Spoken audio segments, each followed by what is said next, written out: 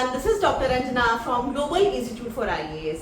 तो बेटा आज करते हैं सॉल्व आपका सीसेट का paper of this 2025 IAS prelims और इसको बिल्कुल जल्दी में नहीं करेंगे. First of all I just take up with your English paper जिसमें कि सारे पैसेजेस डिस्कस करते हैं, फिर मेंटल एबिलिटी फॉर मैथ्स. और इससे पहले जनरल स्टडीज की 6 जो है वो वीडियोस मैं ऑलरेडी डाल चुकी हूँ अंडर डिफरेंट सब्जेक्ट्स हेड, जैसे कि कॉन्स्टिट्यूशन किया, हिस्ट्री, ज्योग्राफी एंड एनवायरनमेंट किया हमने.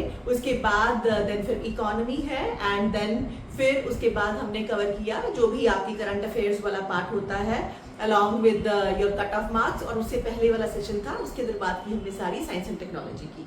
तो 6 वीडियोस आप अगर नहीं देखा है तो प्लीज देख लीजिए, उस पर मेरा एनालिसिस भी किया हुआ है और प्लस आप अपने स्कोर्स को जो है वो चेक करके भी देख सकते हैं because I have done the best of my ability. जितना भी मुझे सही लगा वो मैंने आपको स्कोर्स वहां पे करके दिए हैं. अभी सीसेट को डिस्कस करते हैं, बहुत जल्दी नहीं करने वाले हैं, आराम से एक पैसेज को देखते हैं. और सीसेट में मेरे हिसाब से सबसे ज्यादा आसान आपका जो एरिया आया है वो पैसेजेस का ही है. तो पैसेजेस इजी है और इतना टफ भी नहीं है उनमें से ढूंढना. साइज वाइज भी इट्स फाइन, अगर 2 क्वेश्चन है तो कोई इशू नहीं है बिकॉज छोटे पैसेजेस थे, बहुत ही इजी पैसेजेस हैं, कोई बहुत ही टफ वर्डिंग का इस्तेमाल नहीं किया है. और आई होप सो आप लोगों ने पैसेजेस को सीरियसली किया और पैसेजेस ही आपको मुझे लगता है काफी हद तक निकाल के ले जाएंगे. और थोड़ा सा अगर आपने उसके साथ मेंटल एबिलिटी को भी वहां पे अच्छे से किया और नेगेटिव मार्किंग को अवॉइड किया तो इतना डरने की जरूरत नहीं है इस साल कि आपका सीसेट नहीं होगा. डेफिनेटली आपका सीसेट होगा ही होगा अगर आप अच्छे से तैयार होके गए थे. और पेपर कैसा आता है, मैथ्स टफ आता है, अरे इसकी टेंशन कभी भी नहीं होती है. और वैसे भी इसमें हमने जस्ट क्वालिफाइंग मार्क्स लेने हैं 33%.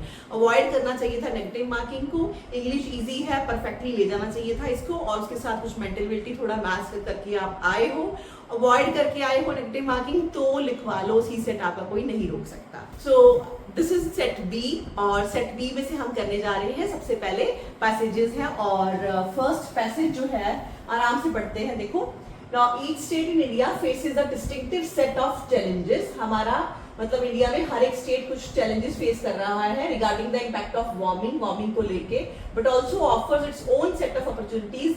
ये अगर इम्पैक्ट है उसी तरह से ही ये हमें अपॉर्चुनिटीज भी प्रोवाइड कर रहा है फॉर रिड्यूसिंग एमिशन, की कैसे हम एमिशंस को दूर कर सकते हैं depending on it's natural resources. तो पहली लाइन ही बड़ी कॉम्पैक्ट है. हमारे यहाँ पे हर स्टेट के अंदर नेचुरल रिसोर्सेज है, हर एक स्टेट जो है वो वार्मिंग का इम्पैक्ट देख रहा है, लेकिन इसी के साथ ही हर स्टेट ऑफर करता है अपने ओन सेट ऑफ अपॉर्चुनिटीज ताकि उस एमिशन को रिड्यूस किया जाए. For example, coastal states need to take action to protect their shores from sea level rise. Coastals को definitely problem है कि वो sea level rise अगर हो जाएगा तो दिक्कत आएगी. Districts that are drier, जहाँ पे पानी की कमी है वहाँ पे to prepare variable monsoon precipitations, वहाँ पे मानसून में अलग अलग लेवल पे बारिश होती है उसकी तैयारी करनी है. कम बारिश भी अब होगी. Then Himalayan regions में have their own unique challenges and select parts of peninsular India. अगर हिमालयाज के यूनिक चैलेंजेस है तो पेनिनसुलर इंडिया के भी है and offshore areas offer great opportunities for harnessing wind power. लेकिन वैसे ही जैसे कि हिमालयाज में और पेनिनसुलर इंडिया में अगर वहां पे दिक्कत है तो उसी तरफ ही अपॉर्चुनिटीज भी हैं जैसे कि विंड पावर को वो जो है एक्सप्लॉइट कर सकते हैं, यूज कर सकते हैं. These various aspects need to be considered for developing clear and sustainable goal for future. तो इन सब चीजों का हमें ध्यान रखना चाहिए कि किस तरह से हमने अपने जो गोल है सस्टेनेबिलिटी वाला उसको हमने अचीव करना है. तो वेरी इजी इंफॉर्मेशन जितनी थी मुझे लगता है हमारे दिमाग में भी आ गई है. First question, which of the following statement best reflect the most logical and rational pragmatic message conveyed by author in the passage. A. The mitigation and adaptation strategies to tackle the climate change is essentially the responsibility of each state. हर एक state की ये responsibility है? बिल्कुल नहीं. India is too diverse to implement any effective strategy or program to tackle the climate. हम इतने diverse हैं कि हमें जो है to implement any effective strategy, जिससे कि हम अगर implement करने चाहें स्ट्रेटेजी या प्रोग्राम को तो हमारे लिए दिक्कत है. ये क्या है, चलो थोड़ी देर के लिए रखते हैं. Third, it is basically the responsibility of union government to implement. बात ही नहीं है. India needs to formulate effective climate change mitigation and adaptation strategy at the state and regional level. यही बात समझाने की कोशिश की गई है पूरे पैसेज में कि हर एक स्टेट की नीड डिफरेंट है, हर एक स्टेट की कॉन्फ्लिक्ट्स डिफरेंट है और उसके रिसोर्सेज डिफरेंट है. So this is India needs to formulate effective climate mitigation and adaptation strategy at the state and regional level. हमें करनी चाहिए. Diverse है एनी इफेक्टिव स्ट्रेटेजी के लिए ये उतना ज्यादा स्ट्रॉन्ग नहीं जा रहा. So in comparison will go with D as an option. Now इसी के बेसिस पे ही हमारा सेकंड क्वेश्चन है. पहला क्वेश्चन था कि which of the following statement best reflect the most logical and rational pragmatic message. हमें कौन सा मैसेज ये पैसेज दे रहा है. इसमें है with reference to the passage assumptions have been made. तो ये हमें जो भी इंफॉर्मेशन दे रहा है इस इंफॉर्मेशन को सही मान के हम क्या अज्यूम कर सकते हैं. अजम्पशन किसके बेसिस पे होंगी, किसी चीज के बेसिस पे ही होंगी. तो ऑब्वियसली ये इंफॉर्मेशन हमें ऑलरेडी दे दी गई है, इसको सही अगर हम मानते हैं तो उसके बेसिस पे क्या क्या अज्यूम कर सकते हैं ये बेसिकली हमने फोकस करना है. So first is green energy production can be linked to integrated with the climate change mitigation and adaptation strategy. Green energy production को हम लिंक कर सकते हैं क्लाइमेट चेंज या मिटिगेशन या अडैप्टेशन स्ट्रेटजीज के साथ. तो यहाँ पे वैसे ये बात थोड़ी सी बोली जा रही है इनडायरेक्टली. क्यों? क्योंकि each state in India faces a distinctive set of challenges regarding the impact of warming, but also offer its own set of opportunities for reducing emission. तो यहाँ पे ग्रीन एनर्जी है, लेकिन अब रिड्यूसिंग एमिशन की अगर बात चल रही है तो क्या हम इसे ज़ूम कर सकते हैं कि ये ग्रीन एनर्जी की बात कर रहा है. आगे जाके यहाँ पे भी developing clear and sustainable goal for future. तो ग्रीन एनर्जी वर्ड एग्जैक्टली नहीं यूज हुआ, लेकिन उसकी डायरेक्शन यूज हो रही है. कैन बी लिंक टू और integrated with climate change mitigation and adaptation strategy. Green energy production को हम लिंक कर सकते हैं अडैप्टेशन एंड मिटिगेशन स्ट्रेटजीज के साथ. तो क्या ये बात आपको यहाँ पे नजर आ रही है कि हम इसको लिंक कर सकते हैं. पहली ही लाइन में वैसे क्रक्स है इसका कि each state in India faces distinctive set of challenges regarding the impact of warming, but also offer its own set of opportunities for reducing emission depending on it's natural resources. Right? Offers its own set of opportunities. Green energy production can be linked, is linked नहीं है, can be linked. तो इस basis पे क्या हम ये zoom कर सकते हैं कि इसको हम लिंक कर सकते हैं ग्रीन एनर्जी को उसकी मिटिगेशन और अडैप्टेशन स्ट्रेटजीज के साथ कर सकते हैं. यस कर सकते हैं. ध्यान से अगर आप इसको पढ़ोगे तो आपको समझ में आएगा. वर्ड्स पे ध्यान दो. कैन बी, इज नहीं है, और वहां पे फर्स्ट पैसेज फर्स्ट लाइन के अंदर ही आपको काफी हद तक ये बातें बता दी गई हैं. Then effects of climate change are much more severe in coastal and mountainous region. ये बिल्कुल गलत है. सो इन दैट सेंस की आपका फर्स्ट आंसर जो है वो इस क्वेश्चन का सही होना चाहिए. नाउ बढ़ते हैं आगे सेकंड पैसेज पे. If the social inequality is the most acutely felt social problem in India, insecurity more than poverty is the most acutely felt economic problem. Social inequality हमारे यहाँ पे acute felt social problem है, इसमें कोई doubt नहीं है. social equality हमारे यहाँ पे बहुत ज्यादा है, लेकिन उसके साथ वो ये कह रहा है then acutely felt social problem है, then insecurity is more than poverty. Insecurity एक बड़ा कारण है पॉवर्टी से भी ज्यादा, जो कि is the most acutely felt economic problem, जो कि हमारी सबसे बड़ी प्रॉब्लम है. कौन सी? इनसिक्योरिटी. और इनइक्वालिटी तो है ही.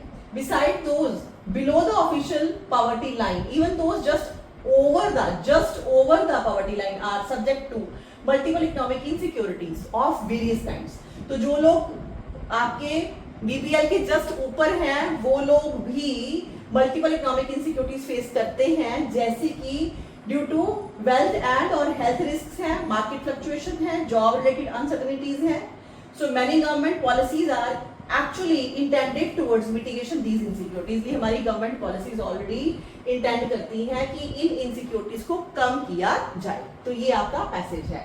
सोशल इनइक्वालिटी प्रॉब्लम है, लेकिन पॉवर्टी जो है वो एक्यूटली फेल्ट प्रॉब्लम की बजाय इनसिक्योरिटी ज्यादा फेल्ट प्रॉब्लम है. तो अब देखते हैं कि क्या हमें यहाँ पे वो ऑफर कर रहा है क्वेश्चंस की फॉर्म के अंदर. ओके, तो फर्स्ट में अगर हम देखें तो first is which one of the following statement best reflect the critical message. तो हमें क्या मैसेज जो है क्रिटिकल मैसेज ये कन्वे कर रहा है. Now, A option, India's political executive should be aware that poverty and social inequality and the consequent sense of insecurity is the main social problem. कि poverty and social inequality ये हमें एग्जेक्टिव्स देखें, should be aware and consequent sense of, और उससे ही आपकी sense of insecurity आ रही है और ये मेन हमारी सोशल प्रॉब्लम है. ओके, नेक्स्ट देखते हैं. In India poverty is the primary reason for social inequality and insecurity. Poverty main reason है सोशल इनइक्वालिटी और इनसिक्योरिटी का. वैसे अगर हम पीछे जाके देखें तो हमें if the social inequality is the most acutely felt social problem, inequality तो वो कह ही रहा है, then insecurity more than poverty is the most acutely felt economic problem. तो insecurity आपकी economic problem है और inequality social problem है. तो इसको उसने बहुत अच्छे से पहले explain किया. यहाँ पे poverty is the primary reason for social inequality and insecurity, तो ये गलत है. Poverty and social inequality are so intricately linked that they pose an unmanageable crisis for India. काफी हद तक हमें डायरेक्शन सही लग रही है कि poverty social inequality काफी हद तक intricated linked है. आगे देखें, insecurity more than poverty is the main economic issue that government policies must address. ये एग्जैक्टली आपको स्ट्रेट में उसने सारी बातें मैसेज कर दी है. इनसिक्योरिटी ज्यादा मोर देन पॉवर्टी, पॉवर्टी से ज्यादा बड़ा इकोनॉमिक इशू है जिसको कि गवर्नमेंट मस्ट एड्रेस, गवर्नमेंट उसको जरूर एड्रेस करे. एक बार ये दोबारा देखते हैं. India's political executive should be aware of, अब should be aware of that poverty and social inequality and the consequent sense of insecurity is the main social problem. Okay, अब शुड बी अवेयर ऑफ, उनको aware होना चाहिए. तो aware तो वैसे वो already है. शुड बी बहुत ज्यादा स्ट्रॉन्ग वर्ड है. ऐसे लग रहा है कि वो अवेयर नहीं है, लेकिन यहाँ पे है many government policies are actually intended towards. तो ऑलरेडी कुछ पॉलिसीज तो पहले ही इंटेंड हो रही हैं, तो इस वजह से शुड बी होना चाहिए, ये बात नहीं है. देन ये सेकंड बिल्कुल गलत है. थर्ड में poverty social inequality are so intricately linked that they pose an unmanageable crisis to for India. भी अनमैनेजेबल वाली बात नहीं आई है कहीं पे भी, इस वजह से ये क्रॉस हो जाता है. Insecurity more than poverty comparison उसने दे दिया जो हमने पढ़ा था, और इकोनॉमिक इश्यूज जो हैं that government policies must address and definitely वो एड्रेस कर भी रही है और इसको करना चाहिए. सो इन दैट सेंस आपका जो है वो डी काफी स्ट्रॉन्ग आंसर यहाँ पे निकल के आ रहा है. अब आगे बढ़ते हैं नेक्स्ट क्वेश्चन पे. उसी पैसेज पे बेस्ड रहेंगे with the reference of above passage the following assumption. तो कौन सी असम्पशन हम ले सकते हैं?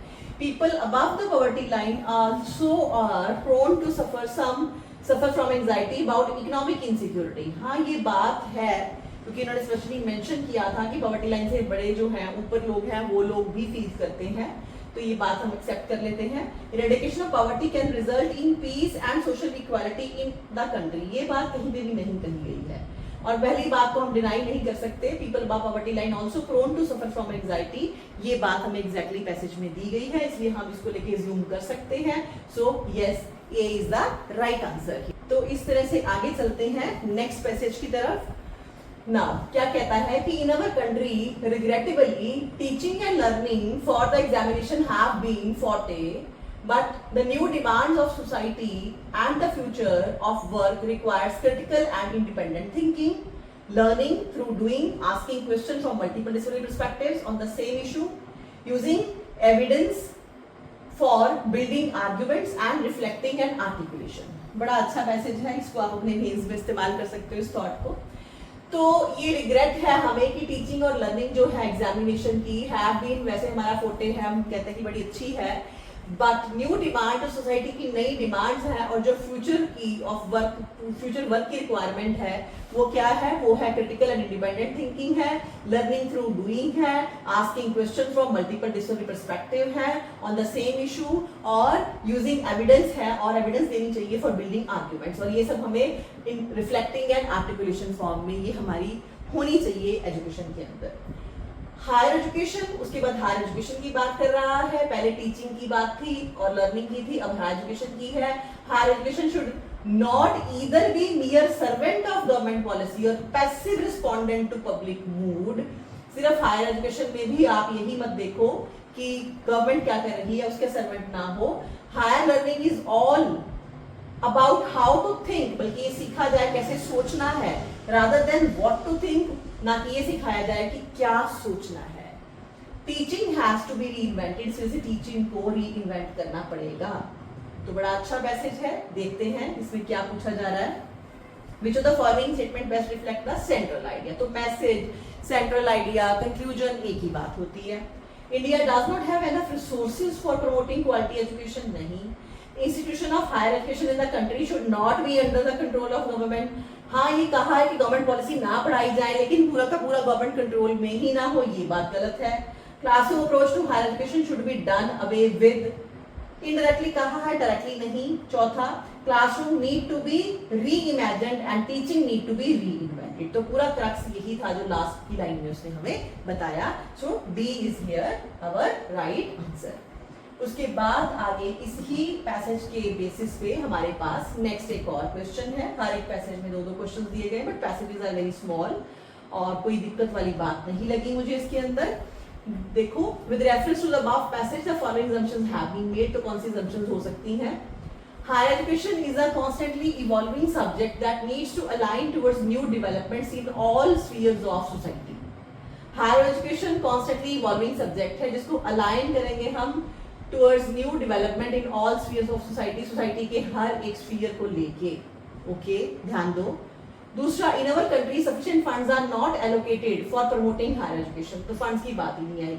हायर एजुकेशन को वो कह रहा है कि हमारा इवॉल्विंग एरिया है, तो कैसे सोचना है ये बताओ, कैसे आपने अलाइन करना है सोसाइटी की नीड्स को, ठीक है, needs to align towards new development. वो शुरू में ही बोल रहा है इस बात को लेके कि हमें इसलिए रीइन्वेंट करने की जरूरत है। तो यस, हम इसमें 1 जो है वो एक्सेप्ट कर लेंगे यहाँ पे। So A should be your right answer. Now next passage is, if there is inequality in the pattern of population growth. Population growth में हमें इनइक्वालिटी दिखती है। There is greater inequality in food production and utilisation. तो food production utilisation के अंदर भी वो कहता है काफी ज्यादा इनइक्वालिटी है, सब एक जैसे नहीं है। As societies become wealthier, जैसे हम अमीर होते हैं, their consumption of animal product increases। ये देखा गया है कि ज्यादा लोग एनिमल्स को खाते हैं, नॉन वेज होते हैं। ये पैसेजेस मेरे इस तरह के थॉट दिल के ज्यादा करीब है, तो मुझे ज्यादा इंटरेस्टिंग लगा ये वाला पैसेज भी, उससे पिछले वाला पैसेज भी। So this means that a greater proportion of such basic food stuff as grain and legume that could feed humans, जो आप सीधा क्रॉप्स ह्यूमन को खिला सकते हो, फूड स्टफ खिला सकते हो डायरेक्टली, उसको हम क्या कर रहे हैं, is instead being converted into feed for poultry and large farm animals. उसको हम एनिमल्स को खिलाते हैं। ये बिल्कुल सही पैसेजेस हैं दोनों ही। Yet this conversion of plant-based food into animal food for human is far from efficient। लेकिन ये कन्वर्जन एफिशिएंट नहीं रहती है। क्यों? Only 16% of the calories fed to chicken are recovered by us when we eat them, because आपका obviously food chain है, ठीक है। आपको पता है कि हमारे पास 10% लॉ है, जैसे जैसे हम फूड चेन में ऊपर जाते हैं वैसे वैसे ही एनर्जी जो है उसका ट्रांसफर कम होता जाता है। तो साइंस तो नहीं है, लेकिन कॉन्सेप्ट वही है यहाँ पे। तो 16% कैलोरीज ही हम एक्चुअली ले पाते हैं जब हम चिकन को खाते हैं। जो चिकन ने ली है फूड से, उसका बहुत कम हिस्सा ही हमने चिकन को खा के लिया। So this conversion rate goes down, इस वजह से कन्वर्जन रेट कम हो जाता है टू 5 to 7%, आगे जाके और कम हो जाता है in large animals that are fed grain to add fat and some protein before slaughter. जब लार्ज एनिमल को आप इस तरह से खिलाते हो क्रॉप्स को और उसको फिर खुद खाते हो, तो इससे आपका और कम हो जाता है ये एनर्जी का ट्रांसफर। ठीक है, अब देखते हैं हमें क्वेश्चन में क्या पूछा जा रहा है। तो क्वेश्चन है हमारा कि which of the following statement best reflect the crux? There is an urgent need for a public policy to promote the consumption of cereal based food in wealthier society। अब ये बात उन्होंने कही नहीं है कि ऐसी पॉलिसी बननी चाहिए, पॉलिसी का कहीं जिक्र नहीं है, जबकि ये बात बताई गई कि ये जनरल टेंडेंसी है और उस टेंडेंसी की वजह से क्या होता है ये हमें बताया गया है। तो इस वजह से अजम्पशन नहीं, विच ऑफ द क्रक्स, ये अजम्पशन नहीं है, वैसे भी ये क्रक्स है यहाँ पे, किससे क्या सार लेते हो आप, तो हो भी सकता है लेकिन उतना स्ट्रॉन्ग अभी नहीं। आगे चल के ऑप्शन देखते हैं। Animal based food is far less efficient than grain plant based food in terms of production and utilization. ये बात तो पूरे पैसेज में कही गई है। Plant based protein should replace animal based protein, ये हमें क्रक्स नहीं है, डेफिनेटली कह सकते हैं। Inequality in India food production consumption is inevitable, ये बिल्कुल भी नहीं है। तो ये कह सकते हैं, लेकिन जब एग्जैक्टली हमारे पास बहुत ही स्ट्रॉन्ग आंसर पड़ा है तो हम उसके लिए जाएंगे। सो इन दैट सेंस बी जो है हमारा यहाँ पे राइट आंसर होना चाहिए। नेक्स्ट इसी पे बेस्ड हमारा 14th क्वेश्चन है। With reference to the above passage, following assumptions have been made. The food manufacturing and processing industry in every country should align their objective and processes in accordance with the changing need of society। हमें क्या बताना है, following assumptions बतानी है. Food manufacturing and processing industry in every country should align their objectives. अब ये food manufacturing industries की उनके ऑब्जेक्टिव की ऐसी कोई बात आई ही नहीं है.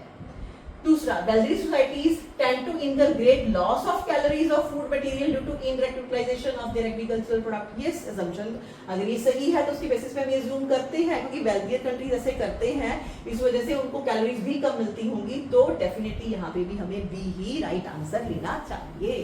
तो अब है हमारा 21st क्वेश्चन. पैसेज पढ़ते हैं पहले. Maintaining an ecosystem just to conserve biodiversity will affect its commercial potential.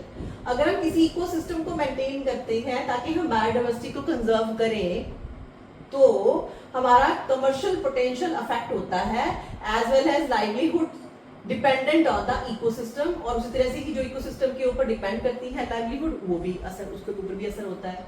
So there is also a conflict between using an ecosystem only for livelihood. तो इस वजह से कॉन्फ्लिक्ट है कि इकोसिस्टम को लाइवलीहुड के लिए यूज करें, फॉर कमर्शियल एक्सप्लॉयटेशन के लिए करें और स्ट्रिक्टली फॉर कंजर्वेशन के, सिर्फ कंजर्वेशन के लिए करें. तो एक कॉन्फ्लिक्ट है.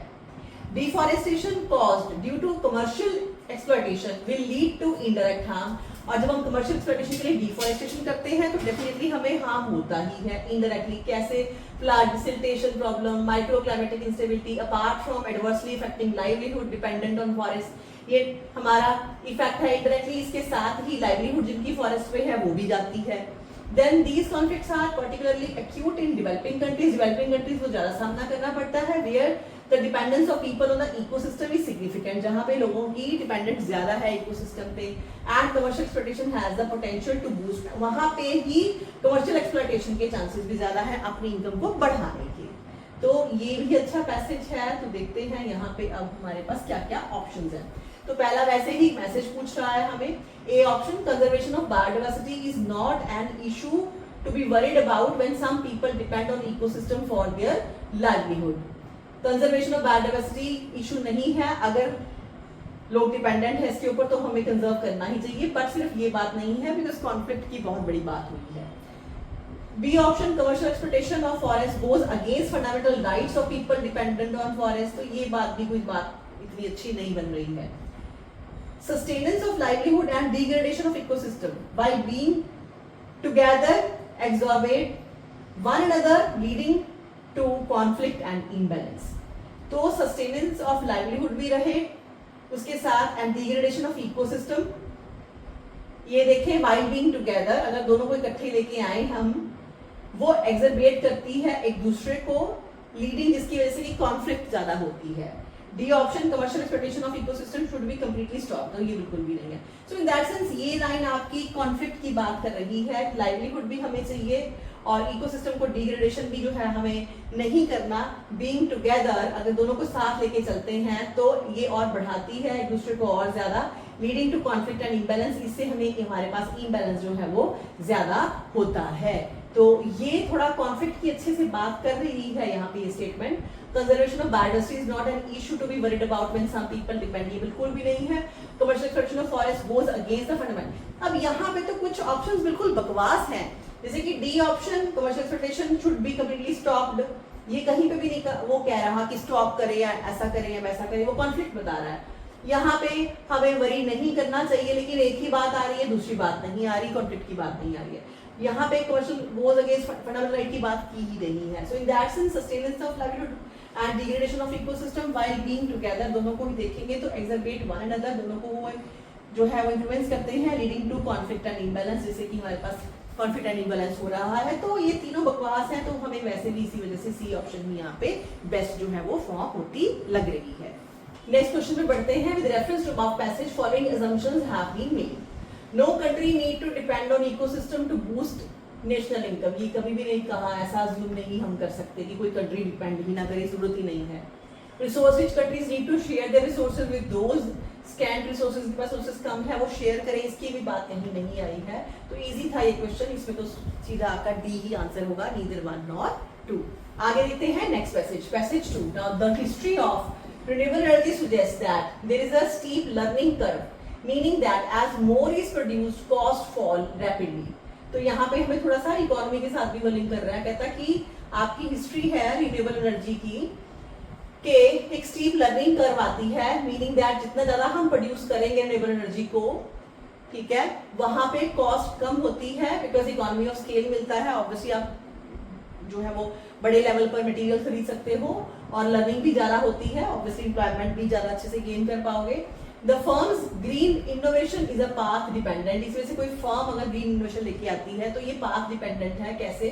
The more the firm does, कोई काम जितना ज्यादा करेगा, the more it is likely to do in the future, वो उतना ही उसको कंटिन्यू कर पाएगा क्योंकि ये रिन्यूएबल सोर्सेज है। The strongest evidence of this is the collapse in the price of solar energy. Example दे रहा है solar energy की, which become about 90% cheaper. वो 90% cheaper हो गई during 2010s, repeatedly beating forecast. ये 2010 तक आते आते ये forecast को भी इसने beat किया.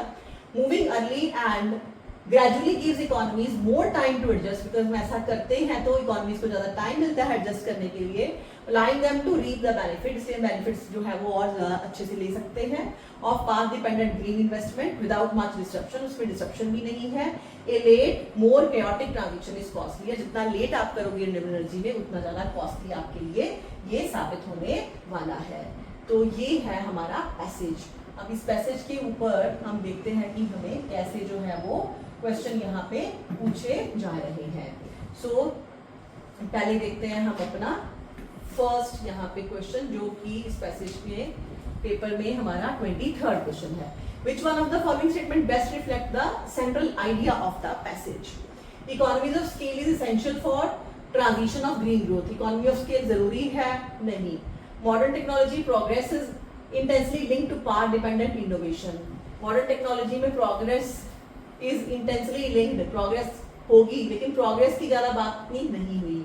Countries with large economies are in a better position to adopt green technology. Large economies ज्यादा कर सकती हैं, नहीं हुई। Timing play a crucial role, because सारी बात वो टाइमिंग ही कर रहा था, तो इस वजह से हमें यहाँ पे डी ऑप्शन एक्सेप्ट करना चाहिए। So D should be our answer. आगे इससे नेक्स्ट क्वेश्चन देखते हैं क्या कह रहा है हमें। Next is with reference to above passage assumption. Now path dependent green investment will eventually most likely benefit growth as well as public finance in a country like India. अब path dependent green investment हमें benefit देगी खास करके India जैसी country के लिए। तो पीछे जाके थोड़ा देखते हैं कि क्या कहीं हमारी बात आई थी ऐसी। तो the strongest evidence this is the collapse of prices, moving early gradually gives economies more time to just align time to reap the benefit, path dependent investment without disruption, late more chaotic transition। किसी economy का जिक्र आया है तो देखो history of renewable energy से किसी भी एक इकोनॉमी का जिक्र नहीं आया, बट इसके बेसिस पे क्या हम ये अज्यूम कर सकते हैं strongest evidence the firms green innovation, किसी भी इकोनॉमी का यहाँ पे जिक्र नहीं है। The strongest evidence of this is the collapse of prices, लेकिन ये हमारी इकोनॉमी का जिक्र यहाँ पे इसने 2010 के अंदर कर दिया, डायरेक्टली इंडिया का नाम नहीं है। The history of renewable energy suggest that there is a steep learning curve maintaining that more is produced, cost fall rapidly.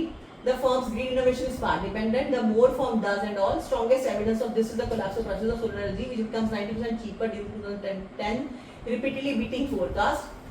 Moving early gradually gives economies. अब ये economies है, more time. अब यहाँ पे इंडिया का रेफरेंस नहीं है, 2010 की बात आ रही है, तो इस क्वेश्चन को थोड़ा ध्यान से ही करना पड़ेगा हमें। Path dependent green investment will eventually most likely benefit growth as well as produce finance, public finance in a country like India। तो हम कह भी सकते हैं बिकॉज ये assumption है आपकी, ये आपका एक तरह से कंक्लूजन नहीं है, इंडिया की बात नहीं आई लेकिन हमारा कंट्री कर सकता है। इसको देखते हैं 2 मिनट बाद। If other green technologies follow the same pattern as that of solar energy, there will most likely be an easy green transition। तो इसमें थोड़ा सा हमें खुद से ही फोकस करना पड़ेगा, डायरेक्ट आंसर नहीं है। वो बार बार बोल रहा है कि ऐसा होगा जैसे कि सोलर एनर्जी में हुआ, एक एग्जांपल दे रहा है, तो इसको तो मैं एक्सेप्ट करूंगी। अब क्योंकि यहाँ पे वो path dependent green investment will eventually most likely benefit growth as a public finance करता है in a country like India, तो यहाँ पे थोड़ा सा आप देखो कि इंडिया का जिक्र नहीं है, लेकिन क्या हम इंडिया के लिए ये अज्यूम कर सकते हैं जो हमें इंफॉर्मेशन पैसेज में दी है, क्या हम ये अज्यूम कर सकते हैं इंडिया के लिए कि इंडिया में भी ऐसा हो। और ये सोलर एनर्जी का 2010 का वो दे रहा है डाटा, लेकिन वो डाटे में हमारे कंट्री का नाम कहीं भी नहीं दे रहा और किसी भी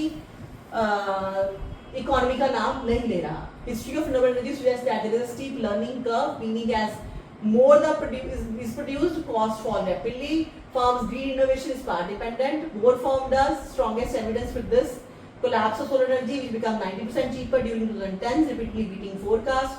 Moving early gradually gives economies more time.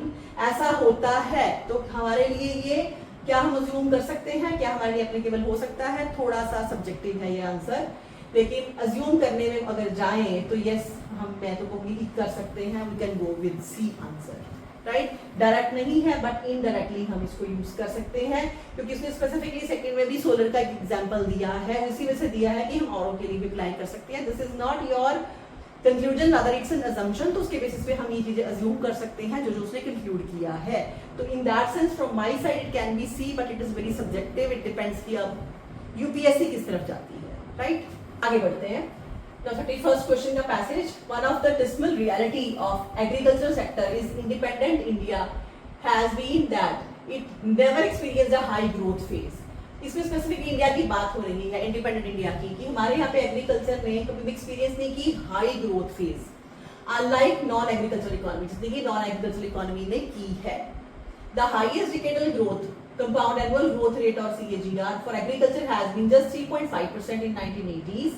Also after experiencing a spurt in decadal growth होने के बाद भी during 1980s जो है agricultural growth suffered relative stagnation thereafter. 80s में ग्रोथ होने के बावजूद भी इसने स्टैग्नेशन फेस किया, and this is in sharp contrast to non agricultural growth जो कि कंसिस्टेंटली इंक्रीज होता गया. छोटा सा पैसेज है, इजी है. क्वेश्चंस देखो. Which of the following statement best reflect the corollary to the above passage? तो अब क्या हम रिफ्लेक्ट करते हैं इसमें से? The benefit of economic reform percolates down more slowly to the agriculture sector than in other sectors of the economy. Okay, थोड़ा बहुत ठीक लग भी रहा है. आगे देखते हैं. पहले for India green revolution was not able as useful नहीं. India lagged behind other countries in adapting नहीं. Rural to urban migration resulted नहीं. सो ये नहीं है तो वैसे भी आपका ए ही बचता है. So A is going to be the right answer here. और आगे इसी के बेस पे ही नेक्स्ट हमारा जो क्वेश्चन है इसको देखते हैं. सो इस पैसेज में नेक्स्ट क्वेश्चन जो है वो है 32. With reference to the passage अब हमें क्या बताना है? Assumption have been made. क्या? The growing divergence between the fortunes of agriculture and non-agricultural economy in India could have been reduced or contained by. कैसे हम कम कर सकते हैं ये जो gap है? First, adapting large-scale cultivation of commercial crops and viable corporate farming.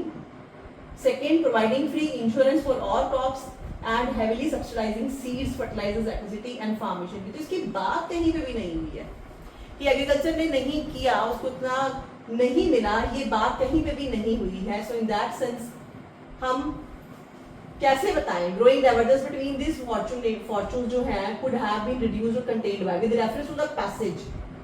Passage को ही तो रेफर करके बताना है हमें कि कैसे इसको कम करना है. तो पैसेज में कैसे कम करना है ऐसी कोई बात तो हमें नहीं बताई गई. पैसेज सिर्फ बताया गया है कि ये हो रहा है, लेकिन कैसे करना चाहिए वैसे ये हमें कहीं पे भी नहीं बताया जा रहा है. तो with reference to the passage following assumptions have been made. ये assumptions हम बना रहे हैं क्या? The growing divergence between fortunes of agriculture and non-agricultural economy in India could have been reduced. कैसे हम reduce कर सकते हैं? On the basis of that passage. बात करने का क्वेश्चन का तरीका बदल दिया, लेकिन है assumption ही यहाँ पे. Adapting large scale cultivation करें, ये पैसेज कहीं नहीं बता रहा. और इसी तरह से ही भी providing free insurance for all crops, ये पैसेज कहीं पे भी नहीं बता रहा. तो इसमें हमें सेफली डी पे ही जाना चाहिए, बिकॉज क्वेश्चन का पैटर्न चेंज कर दिया बट है assumption ही. लेकिन पैसेज में ऐसा कुछ भी नहीं है जिसको लेके हम ये अज्यूम करें कि ये हमें करना चाहिए. राइट, पैसेज पे आते हैं.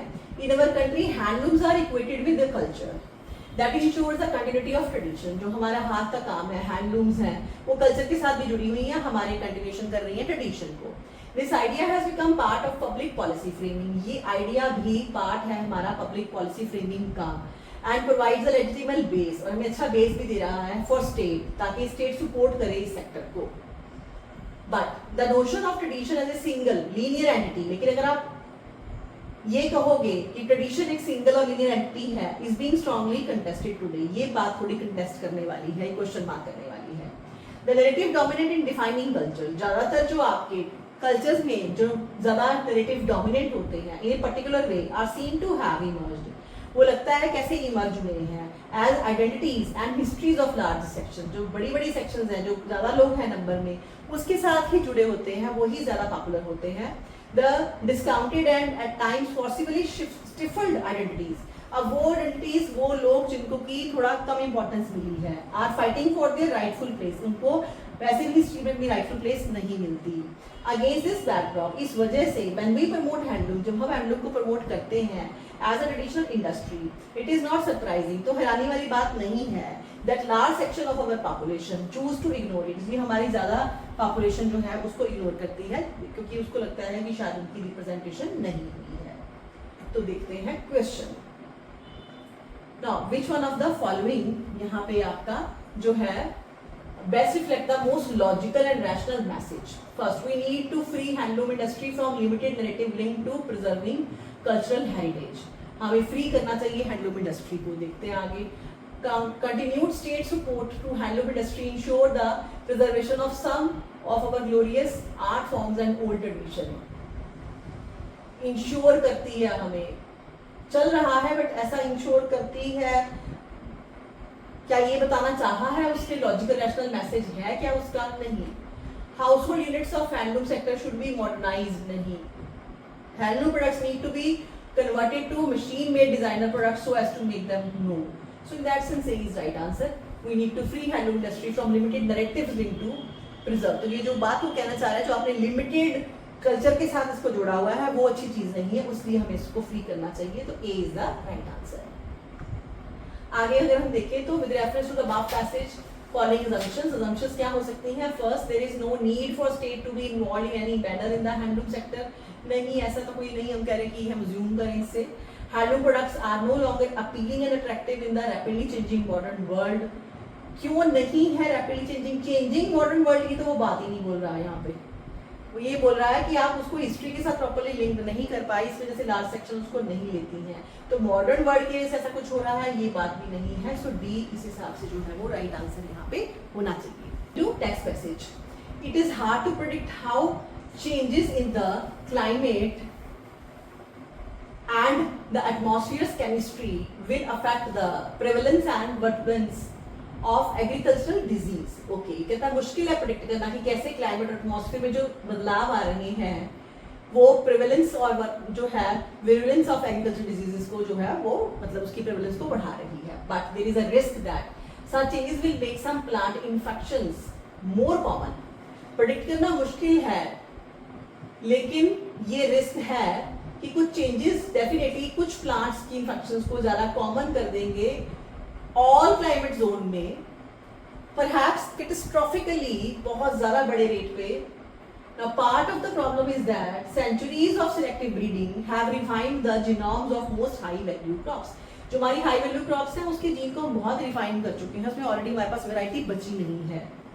They are spectacular at growing in today's conditions. आज की कंडीशन में वो अच्छा ग्रो करती हैं, but genetic variations that are not immediately useful to them have been bred out. अब जो उनमें वेरिएशन थी वो हम निकाल चुके हैं, जो आज हमें नहीं चाहिए। लेकिन this is good for yield, ये अच्छी है कि आज पैदावार हो रही है, बट बैड फॉर लेकिन कोपिंग विद चेंजेस इस फील्ड में नहीं हो पाएगी। So a minor disease, छोटी सी भी डिजीज और an unknown one could be suddenly rampage through genetically honed crop. तो ऐसी जो जेनेटिकली आपने मॉडिफाई कर दी हैं चीजें, उनको बहुत दिक्कत आने वाली है आगे चल के, क्योंकि क्लाइमेट से कैसा उसके ऊपर इम्पैक्ट पड़ेगा वो हमें पक्का नहीं पता। तो अब है हमारा central idea. First, global climate change adversely affect the productivity of crop. हाँ ठीक है। Our total dependence on genetically honed crop entails possible food insecurity. ये बिल्कुल सही लग रहा है। आगे भी देख लेते हैं। Our food security should not depend on agriculture. नहीं। Genetically honed crops should be replaced with. नहीं। तो exactly our dependence on genetically honed crop entails possible food insecurity हो सकती है। Yes, ये definitely हमें यहाँ पे मैसेज जो है वो मिल रहा है। Next 42nd क्वेश्चन देखें। With reference to above passage, following assumption. First, global climate change can result in the migration of several plant diseases to new areas.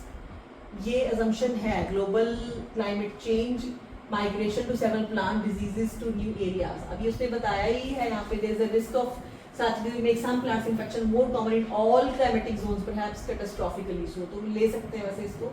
दूसरा, scientific understanding of the wild relatives of a present crop would enable us to strengthen food security. Assumption क्या हम ले सकते हैं यहाँ से, scientific understanding of the wild relatives of our present crop, अगर हम इनके क्रॉप की अगर हम जो वाइल्ड रिलेटिव्स है उसको समझें, अंडरस्टैंड करें तो स्ट्रेंथन हो सकती है। इससे फूड सिक्योरिटी स्ट्रेंथन हो सकती है। डायरेक्टली उतना ज्यादा वैसे रेलिवेंट बात नहीं है, अजम्पशन ले सकते हैं आप। प्रॉब्लम है उसमें यही बताइए कि हमने वेरिएशन खत्म कर दी है। अगर वेरिएशन बढ़े, साइंटिफिकली अंडरस्टैंड करें wild relative of present crop, तो उससे स्ट्रेंथन हो सकती है फूड सिक्योरिटी। फूड सिक्योरिटी वाला वर्ड कहीं पे यूज नहीं हुआ वैसे। So minor disease even uncertain rapid through genetically honed crop.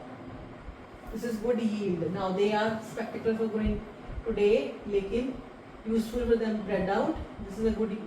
तो ये bad है for coping and changes. तो assumption हमारी डायरेक्टली यहाँ पे वैसे नहीं बन रही है, लेकिन इसमें से सेंस लेंगे तो ये बात निकल के भी आ रही है। Climate change can result in migration of several plant diseases फैलेंगी। climate change can result, can word use हुआ है तो एक्सेप्ट कर लेते हैं। करेगा ही करेगा नहीं, उसने कहा था कि हाँ ऐसा है। साइंटिफिक अंडरस्टैंडिंग अगर हम of our present crops would enable strengthen food security, से हमारी फूड सिक्योरिटी बढ़ेगी। बिकॉज क्रॉप्स हमारी अगर बीमार नहीं होंगी तो डेफिनेटली फूड सिक्योरिटी बढ़ेगी। यस, क्योंकि अजम्पशन है, इनसे हम अजम्पशन से डिराइव कर सकते हैं कि ऐसा करने से would enable us to, ऐसा हो पाएगा। yes you can go with C answer here, but फिर से थोड़ा सब्जेक्टिव है हमेशा assumption वाला पार्ट आपका। अगले पैसेज पे, a good statesman like any other sensible human being learns more from his opponent। अच्छा स्टेट्समैन अपने दुश्मनों से ज्यादा समझता है अपोनेंट से than from the favourite supporter. For his supporters will push him to disaster, supporter आपको डिजास्टर में लेके जाते हैं unless his opponents show him where the dangers are, क्योंकि आपके अपोनेंट्स ही आपको डेंजर के बारे में बताते हैं। So if he is wise he will often pray to be delivered from his friends because they will ruin him, but though it hurts he ought also to pray never to be left without opponents, कि opponents साथ में रहें इसके, for they keep him on the path of reason and good sense, क्योंकि तब आप जो है वो ज़्यादा चीज़ों को देख सकते हो और देख पाओगे कौन से बुरे रास्ते हैं। The national unity of free people, इसी तरह से देश की यूनिटी फ्री लोगों की डिपेंड करती है upon a sufficiently even balance होनी चाहिए political power to make it impracticable for the administration to be arbitrary and for opposition to be revolutionary and irreconcilable।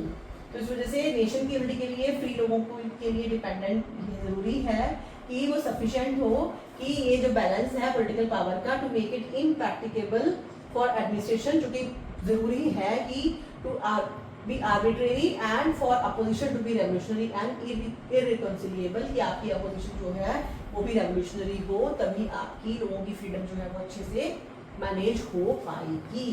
तो ये लिंक किया है उसने किस तरह से आपके जो अपोनेंट होते हैं वो आपके लिए अच्छे होते हैं, उसको कैसे पॉलिटी के साथ। तो क्वेश्चन देखते हैं। फर्स्ट आपको वैसे ही मैसेज है बताना, without opposition parties the administration in democracy gets to become more responsible. Without opposition party democracy ज्यादा रिस्पॉन्सिबल हो जाएगी बिना अपोजिशन पार्टी के, नहीं उल्टा है ये। Democracy needs to have revolutionary in opposition to keep the learning to keep the government alert. Democracy need to have revolutionaries in opposition, opposition में रेवोल्यूशनरीज हो, अपोजिशन खुद ही ऐसा काम करे ज्यादा अच्छा है, बट फिर भी देखते हैं आगे। Rulers in democracy need to support opposition for their political survival, नहीं, in democracy opposition is indispensable for balance of political power and good governance. This is your perfect answer, यहाँ पे हमें आगे जाके मिल गया। उसके आगे अगर देखिए 44th में, तो इधर क्या है, assumption है, in democracy strong opposition is required only if head of government is indifferent, ऐसा कुछ नहीं कहा। The more aggressive the opposition the better the governance, in aggressive word कहीं यूज नहीं हुआ, तो यहाँ पे डी इजीली आप मार्क कर सकते हो। नेक्स्ट पढ़ते हैं बेटा आगे। आगे हमारा पैसेज है इकोनॉमी के साथ related. Now A single number of for inflation is an aggregate across different commodities. बहुत सारी commodities के लिए single number होता है और services के लिए भी, जो हमें क्या बताता है, price rise differ for different items of consumption. So the single number is arrived at by assigning weight to different commodities and services. तो हम कोई नंबर असाइन करते हैं कमोडिटीज को. फॉर WPI ये वेट है, in the production are used, for CPI consumption बाकी. But people are not homogeneous, लोग एक जैसे नहीं है, इसीलिए consumption basket is vastly different, इसलिए कंजम्पशन बास्केट बहुत वेरी करती है. For poor and middle class and rich and CPI is different for each of these classes and composite index require averaging of the basket. ये generally हम ऐसे ही follow करते हैं. तो इसमें क्या पूछेगा देखते हैं. Best reflect the most logical, rational and crucial message. We must use WPI exclusively in measuring price rise and CPI should be done away with. बिल्कुल नहीं. Present calculation of inflation rate does not correctly measure price rise of individual item commodity, क्योंकि average लेते हैं, इसलिए इसको बाद में देखते हैं. Inflation data under presents services नहीं, क्योंकि services में already हमारे sectors हैं. Knowledge of inflation rate is not really of any use.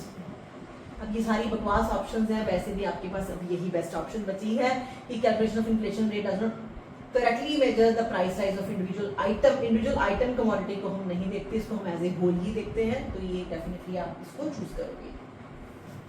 इसी के ऊपर अब नेक्स्ट हमारा अब पैसेज आ जाता है. इसमें हमारे पास एक ही क्वेश्चन था, अब हमारे पास नेक्स्ट पैसेज है. छोटे छोटे पैसेजेस है, इसलिए उतना बुरा नहीं लग रहा. अगर क्वेश्चन कम भी मिल रही हैं तो ठीक ही लग रहा है. Now trust stands commonly defined as being vulnerable to others. Trust stands commonly defined as being vulnerable to others. अब trust definitely commonly defined as being vulnerable, कितना हम दूसरे के प्रति वल्नरेबल हैं. ठीक है, अब आप ट्रस्ट खतरनाक चीज ही होती है ना, तो आपको वल्नरेबल करती है. Entrepreneurship implies trust in others, जबकि एंटरप्रेन्योरशिप का मतलब कि हम विश्वास करेंगे दूसरे पे. And willingness to expose oneself to betrayal, और हमें डिपेंड रहना ही पड़ेगा औरों पे. ठीक है, तो एक तरह से हम अपने आप को वल्नरेबल कर रहे हैं बिट्रेयल के, क्योंकि हमें धोखा भी मिल सकता है. Trust in export system is the essence of globalising behaviour, और एक्सपोर्ट सिस्टम पे ट्रस्ट ही एक्चुअली ग्लोबलाइजिंग बिहेवियर के लिए जरूरी है. Trust itself emerges as a super commodity, जहां पे कि ट्रस्ट ही सुपर कमोडिटी बन जाता है in the social market and defines the characteristics of goods and services in a global market, because trust पे ही सारा काम चलता है ग्लोबल मार्केट में. Trusting conduct also means holding others in good esteem. Trust का मतलब है कि दूसरे पे हम उसके जो फायदे हैं, जो उसकी क्वालिटीज है, उसको हम मानते हैं, विश्वास रखते हैं क्योंकि उनमें क्वालिटीज हैं. And an optimism that they are और will be competent in certain respect, वो डेफिनेटली अपने आप को कॉम्पिटेंटली प्रूव करेंगे. ये थोड़ा सा खतरनाक पैसेज है, शब्द जो हैं फिलोसॉफिकल हैं. क्रक्स क्या है? Trustworthiness can not be expected in entrepreneurship, बिल्कुल भी नहीं. Trustworthy people are the most vulnerable people, ऐसा तो नहीं है कि मोस्ट वही होते हैं. No economic activity is possible without being exposed to betrayal, ये भी नहीं. Trust is important though it entails risk. Easy question था बिकॉज बाकी सारी ऑप्शंस बकवास थे. क्वेश्चन इजी है या नहीं, इस पे डिपेंड करता है कि और हमें उसके साथ रिलेटेड जो है वो क्या बात कही जा रही है. बाकी की ऑप्शंस उस क्वेश्चन को भी बहुत बार आसान या मुश्किल बनाती है. आगे देखते हैं नेक्स्ट पैसेज को. Over the next 30 years, many countries are promising to move to net zero carbon. Over the next 30 years, आने वाले 30 सालों में many countries are promising, वो हमें प्रॉमिस कर रहे हैं कि वो नेट जीरो कार्बन में चले जाएंगे. implying that household emission will have to be cut. जिससे हमारी household emission कटेगी, nothing तक कि हम household कोई भी कार्बन प्रोड्यूस नहीं करेंगे. A leading climate scientist reckons that at best half of the reduction might be achieved through demand side. हमें क्लाइमेट साइंटिस्ट बोल रहे हैं कि हाफ जो है ये डिमांड साइड की तरफ से होगा, सच एज जैसे कि बिहेवियरल चेंजेस होंगे हमारी तरफ से by individual and household, and even that would require companies and government to provide more incentives to change through supply side. इससे इवन वो कहता है कि ये जरूरी है कि कंपनीज और गवर्नमेंट भी प्रोवाइड करें मोर इंसेंटिव टू चेंज, इस बदलाव की तरफ थ्रू सप्लाई साइड. अपनी सप्लाई साइड में investment to make supply side investment to make low carbon options cheaper, क्योंकि वो भी ऐसी ऑप्शंस को चीपर करें, लोग भी अपने बिहेवियर में बदलाव करें एंड मोर वाइडली अवेलेबल, और ज़्यादा अवेलेबिलिटी भी करें। तो क्वेश्चन में हमसे क्या पूछा जा रहा है, क्वेश्चन हमें पूछ रहा है कि which one of the following statement reflect the central idea. तो देखते हैं कि अब सेंट्रल आइडिया इसका हमें क्या बता रहा है। Uh, moving to net zero carbon is possible only by reduction of household emission. कहीं पे बोला है, ऐसा तो उसने कहीं पे बोला नहीं है कि इसी वजह से ही सिर्फ होगा, राइट? तो गलत है ये। Low carbon behaviour in people can be brought about by incentivising them, ये थोड़ा जा रहा है हमारी बात के साथ।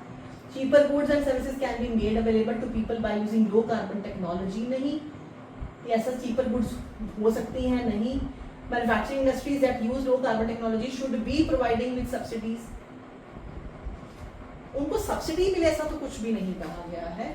सो low carbon behaviour in people can be brought about by incentivising them, हाँ, क्योंकि उन्होंने कहा कि 50% ऐसा हो सकता है उनकी तरफ से, और दूसरा गवर्नमेंट को बाकी का 50% सप्लाई साइड में उनको सस्ता करके देना चाहिए, इंसेंटिवाइज करना चाहिए। तो इन दैट सेंस बी जो है वो ज्यादा क्लोज ऑप्शन यहाँ पे लग रहा है। अगला देखते हैं ना, with reference to the above passage the following assumptions have been made.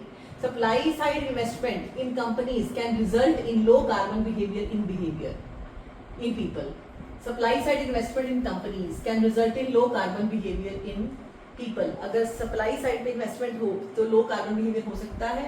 People are not capable of adapting low carbon behavior without the improvement of government and companies. ये तो नहीं है, लेकिन हाँ इसमें उसने बोला है कि can result in low carbon behavior supply side investment in companies. अगर चीजों को सस्ता कर देंगे जो रिन्यूएबल वाली हैं तो उसमें लो कार्बन बिहेवियर लोगों का आ सकता है, बिकॉज ये उसने बात बोली है। ये बात जो है वो हमें यहाँ पे वो बोल रहा है, देखो कि and even that would require companies and government to provide more incentive to change to supply side investment to make low carbon options cheaper and more widely available. तो ये बात वो हमें बोल रहा है, तो इससे से फर्स्ट सही है। People are not capable of adopting low carbon behaviour, लोग ऐसा नहीं कर सकते, ऐसी बात नहीं है कि वो लोग ऐसा नहीं करेंगे, करना चाहिए, बस ये है, करेंगे तो बेटर हो जाएगा, लेकिन नहीं करते क्योंकि 50% तो लोगों की तरफ से ही होगा। तो उसमें से ए जो है हमें यहाँ पे एक्सेप्ट करना चाहिए एज अ राइट ऑप्शन। चलते हैं नेक्स्ट पैसेज में। In only 50 years the world's consumption of raw material has been quadruple to more than 100 billion tons. पिछले 50 सालों में ही दुनिया की कंजम्पशन रॉ मटेरियल की 4 गुना बढ़ गई है, 100 बिलियन टन से ज्यादा हो गई है। Less than 9% of this is reuse, सिर्फ 9% से कम ही हम रीयूज करते हैं। Batteries of old vehicle contain material such as lithium, cobalt, manganese, nickel are pricey and can be hard to obtain, महंगी भी है, मुश्किल से भी मिलती है। Supply chains are long and complicated, so buyer risks are being aggravated by their suppliers. Poor environmental and labour standard, in fact buyers का risk भी बढ़ गया है। So reusing material makes sense, इसलिए हमें रीयूज करना चाहिए। Once batteries reach its end for of their life they should be go back to factory where their ingredients can be recovered and put into new batteries. Easy passage है, अच्छा passage है। देखते हैं question में हमसे क्या बात बन रही है। अगेन आपका मैसेज पूछ रहा है, green economy is not possible without using critical, ये ग्रीन इकोनॉमी की बात नहीं कही। Every sector of economy should adopt to reuse the material, every sector में भी नहीं कहा। सर्कुलर इकोनॉमी की पूरे पैसेज में बात है, तो सी इज द राइट आंसर। जिसका भी मैं पेपर चेक कर रही हूँ, जिसने भी मुझे प्रोवाइड किया, उसके आंसर्स काफी हद तक इंग्लिश के बिल्कुल सही है, तो this is good news for that candidate. Next, with reference to the above passage, the following assumptions have been made. First is automobile factories are examples of circular economy. Automobile factories are examples of, automobile factories कैसे है ये तो कहीं पे भी नहीं पता लग रहा हमें। Economic growth is compatible with circular use of mineral resources, straightway है, so B is the right answer here. 71st question. There has been no democracy that has grown economically without corporate capitalism. Corporate capitalism के बिना वो कह रहा है कोई भी economy जो है वो ग्रो नहीं करती। It helps in modernizing economy, economy modernise होती है, enabling the transition from rural to urban होता है, agriculture to industry and services होता है, जो कि जरूरी है, inevitable है ग्रोथ के लिए। जनरेट करती है job, there is no other way to fix countries unemployment challenge, इससे बिना नहीं होता अनएम्प्लॉयमेंट खत्म, without further impetus to private business. Big companies can operate on a large scale and become competitive both domestically and externally. ऐसा होता है. A vibrant corporate capitalist base also lead to additional revenue. State को भी पैसा मिलता है, which in turn can use to for greater welfare of marginalized section, ठीक है, and certain creating a more level playing field in terms of opportunities. जो शायद आज की गवर्नमेंट हमारा इसी मॉडल को फॉलो कर रही है. लेकिन अब देखते हैं कि इससे से हमें पूछा क्या जा रहा है. So your first question that is क्या, again message. First, corporate capitalism is important for economic growth of a state and also for democracy. काफी हद तक सही है, फिर भी आगे देखो. Corporate capitalism is imperative for modern state to achieve its political objective. No state can ensure its economic survival for long without the role of corporate capitalism. For long, no ensure, ये भी इतना बात नहीं है. Corporate capitalism and democracy have mutual dependence of their continued existence. Corporate capitalism is important for economic growth of a state, also for democracy. Also for democracy. अब यहाँ पे democracy जैसी कोई बात आई है क्या? There has been no democracy that has grown economically without corporate capitalism. पहली line में बोल रहा है कि ऐसी कोई डेमोक्रेसी नहीं है. There has been no democracy that has grown economically. Corporate capitalism is important for economic growth of a state and also for democracy. ऐसी कोई डेमोक्रेसी है ही नहीं, क्योंकि डेमोक्रेसी की बात फिर वेलफेयर में भी है. आगे जाके गवर्नमेंट इसको वेलफेयर में यूज कर सकती है. तो इस वजह से ये बात, और फर्स्ट लाइन में और लास्ट सेक्शन को अगर हम जोड़ें तो दैट सेंस हमें जो है इसमें हम डेफिनेटली ए को एक्सेप्ट कर सकते हैं as our answer right here. देखिए तो with reference to above passage following assumptions, corporate capitalism promotes the growth of labor force and provide more employment opportunity. corporate capitalism से growth होती है labor force की, बोल ही रहा था.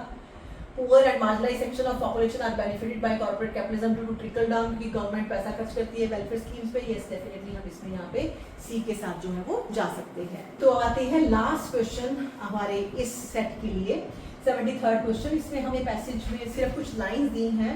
अ network of voluntary association stands as a buffer. आपकी जो voluntary association है बफर की तरह काम करती हैं between the relatively powerless individual and the potentially powerful state.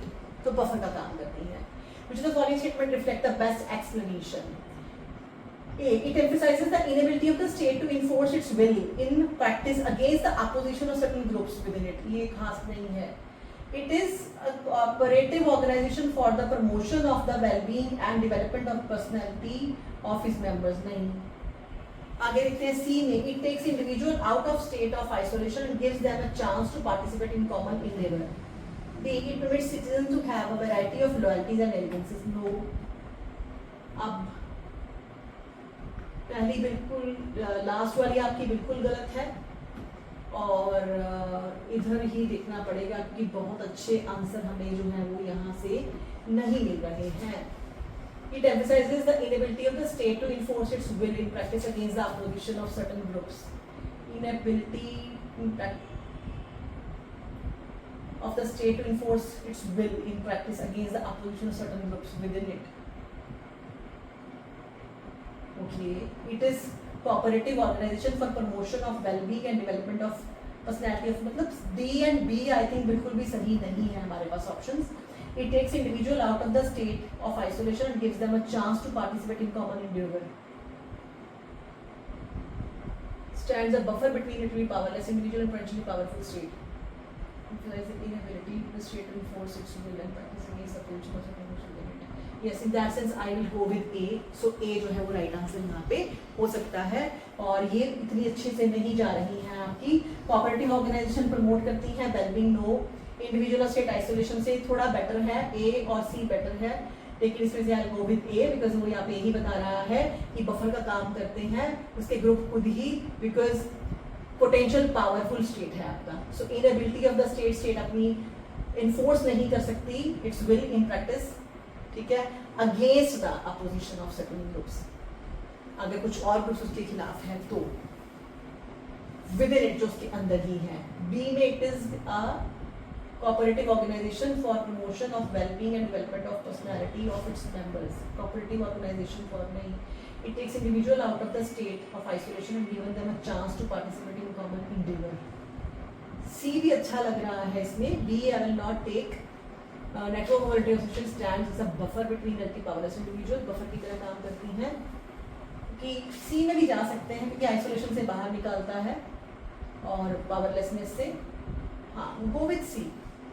So C में ज़्यादा चले जाते हैं बिकॉज यहाँ पे inability of the state to enforce its will. अब जरूरी नहीं कि उसकी विल जो है वो गलत ही या पोटेंशियली पावरफुल स्टेट हुआ है, तो विल अच्छी भी हो सकती है against the opposition certain groups with in. So A और C जो है वो ज़्यादा क्लोज है.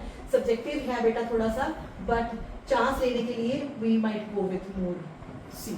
Right. So this is all for this section और जल्दी ही मिलती हूँ नेक्स्ट वीडियो के साथ आपकी मेंटल सेक्शन के लिए. और प्लीज़ देखते रहिए और मेंस की तैयारी शुरू कर दीजिए. उसको बिल्कुल भी आपने रोकना नहीं है. और आपके मैं डेफिनेटली फीडबैक देना चाहूँगी. आप कमेंट सेक्शन में अपनी फीडबैक जरूर प्रोवाइड कीजिए. Thank you so much.